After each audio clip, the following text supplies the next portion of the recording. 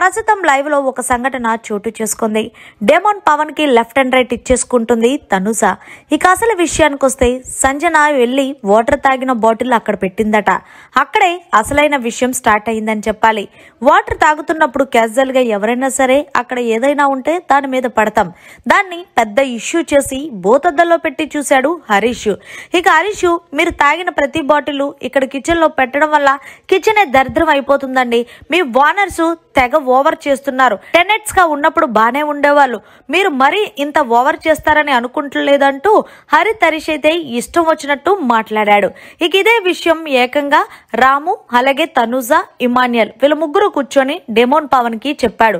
Demon Pawan హరితరీష్ ఎందుకు అంత over action చేస్తున్నాడో అర్థం కావట్లేదు. మేము ఓవర్ చేస్తున్నామంట. మేం మాట్లాడిన మాటలకి ఆయన మాట్లాడిన మాటలకి అసలు పొంతన ఉందా? ఇప్పుడు వాటర్ తాగినప్పుడు తను అక్కడ పెట్టిందంగో మేడం తీసేచ్చు కదా అంటే సరిపోతుంది. అంతేగాని ఇష్టం వచ్చినట్లు మాట్లాడితే అది ఎంతవరకు కరెక్టు?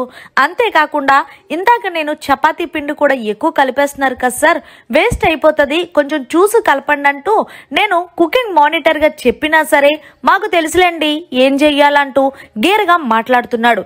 ఇలా అయితే ఎలా చెప్పు పవన్, అసలు నాకు అర్థం కావట్లేదు. ఇంకొకసారి నేను వార్నింగ్ ఇస్తున్నాను, చెప్పట్లేదు. మా మాట ఓనర్స్ గా వినకపోతే మేము ఊరుకునేది లేదు. మీరు ఓనర్స్ గా ఉన్నప్పుడు మీరు ఏం చెప్తే అది మేము చేశాము, మరి ఇప్పుడు ఎందుకు ఇలా చేస్తున్నారు అంటూ లెఫ్ట్ అండ్ రైట్ ఇచ్చుకుంది కెప్టెన్ డెమోన్ కి. నిజంగా చెప్పాలి అంటే మరి టెనెట్స్ గా ఉన్నప్పుడు ఓనర్స్ ఎన్ని వేషాలు వేశారు, మామూలు విషయాలు కాదు. మరి ఇప్పుడు మాత్రం ఓనర్స్ కాస్త టెనెట్స్ అయిన తర్వాత వాళ్ళు చెప్పిన మాట ఆలకించకపోవడం పక్కన పెడితే వాళ్ళని మరింత మాటలు అంటుంటే చూస్తూ ఎలా ఊరుకుంటారు? మరి ఈ స్టోరీలో ఎవరిది తప్పు ఎవరిది కరెక్ట్ అనేది కమెంట్ సెక్షన్ లో తెలియజేయండి.